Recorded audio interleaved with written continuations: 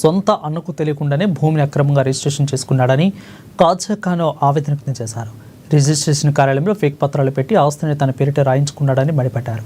తల్లిదండ్రులు ఉన్నంత వరకు ఆస్తి విషయంలో ఎవరూ జోక్యం చేసుకోలేదని, వారు మరణించిన తర్వాత ఆస్తి విషయంలో గొడవలు మొదలయ్యాయని అన్నారు.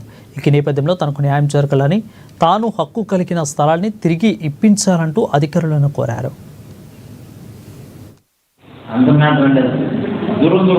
వాళ్ళ తండ్రి బతుకున్నంత కాలం దాని జోలికి పోకుండా, అదే విధంగా అక్కడ వాళ్ళమ్మ మొదట వాళ్ళ తండ్రి చనిపోయినారు, తర్వాత వాళ్ళ అమ్మ చనిపోయింది. అంతవరకు ఆస్తి జోలికి పోకుండా ఇప్పుడు తను వీళ్ళను మోసం చేసేసి వాళ్ళ అమ్మ కూడా చనిపోయిందనే ఉద్దేశంతో ఆ ఇల్లుని, ఆ 25 సెంట్ల స్థలాన్ని కూడా కబ్జా చేసుకొని ఫేక్ డాక్యుమెంట్స్ సృష్టించినాడు. అదే విధంగా ఎక్కడైనా సరే మన Indian non judicial government of Andhra Pradesh అంటే మనం రిజిస్ట్రేషన్ చేస్తాం కదా, మనము రిజిస్ట్రార్ గారు కూడా ఇక్కడ దీంట్లో క్లారిటీగా మనకి ఇచ్చినారు. ఏమని ఇచ్చినారంటే, షెడ్యూల్ జాగాలో ఎటువంటి కట్టడము లేవు. ఈ దస్తావేజులోని యావత్ అంశంలన్నీ వ్రాయించుకున్న వారు సూచనల మేరకు తయారు చేయడం అనేది. ఈ దస్తావేజుల్లోని యావత్ అంశంలన్నీ వ్రాయించుకున్న వారు క్షుణ్ణంగా చదువుకున్నారు. అంటే దీంట్లో ఎటువంటి తప్పులు లేవంట. సంతకాలు పెట్టిన వాళ్ళు, సాక్షులు అంతా ఒరిజినలే అంట.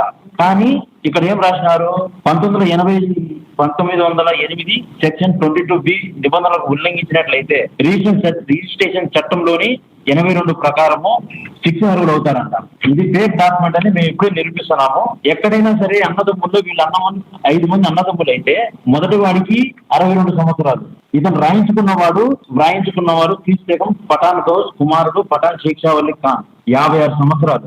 ఎవరు వ్రాయించుకున్నవారు అంటే తమ్ముడికి 56 సంవత్సరాలు, వ్రాయించి ఇచ్చినవారు పఠాన్ గౌస్ ఖాన్ కుమారుడు అల్లాపక, వ్రాయించి ఇచ్చినోడు అన్న 52 సంవత్సరాలు అంటే అన్నకి 52 సంవత్సరాలు, తమ్ముడికి ఏమో 56 సంవత్సరాలు. అంటే ఇది ఎక్కడన్నా సమాజంలో మీరు ఎక్కడన్నా విన్నారా?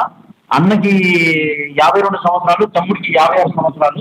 ఈ మొత్తం ఫేక్ డాక్యుమెంట్స్ ఈ రీసెర్చ్ చేసుకునేటప్పుడు కుటుంబంలో వాళ్ళ పెద్దలు కావచ్చు, అన్నదమ్ములు కావచ్చు, వాళ్ళ సహచరులు కావచ్చు, ఇంట్లో వాళ్ళ కూతుర్లో కొడుకులు ఎవరో ఒకరికి ఆధార్ కార్డు తీసుకొని దాన్ని జాయిన్ చేసి వాళ్ళ తమ్ ఇంప్రెషన్ తీసుకొని దాన్ని రిజిస్టర్ చేస్తారు. అంటే రిజిస్టర్ గారు కూడా వీళ్ళని మోసం చేసినట్లే కదా.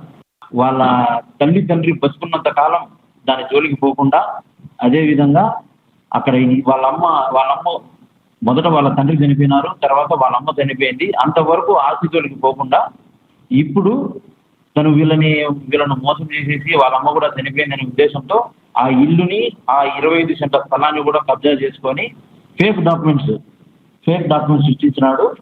అదే విధంగా ఎక్కడైనా సరే మన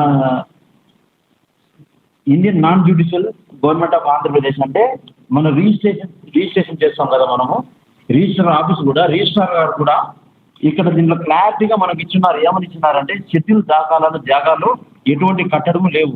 ఈ దస్తావేజులోని యావత్ అంశంలన్నీ వ్రాయించిన వారు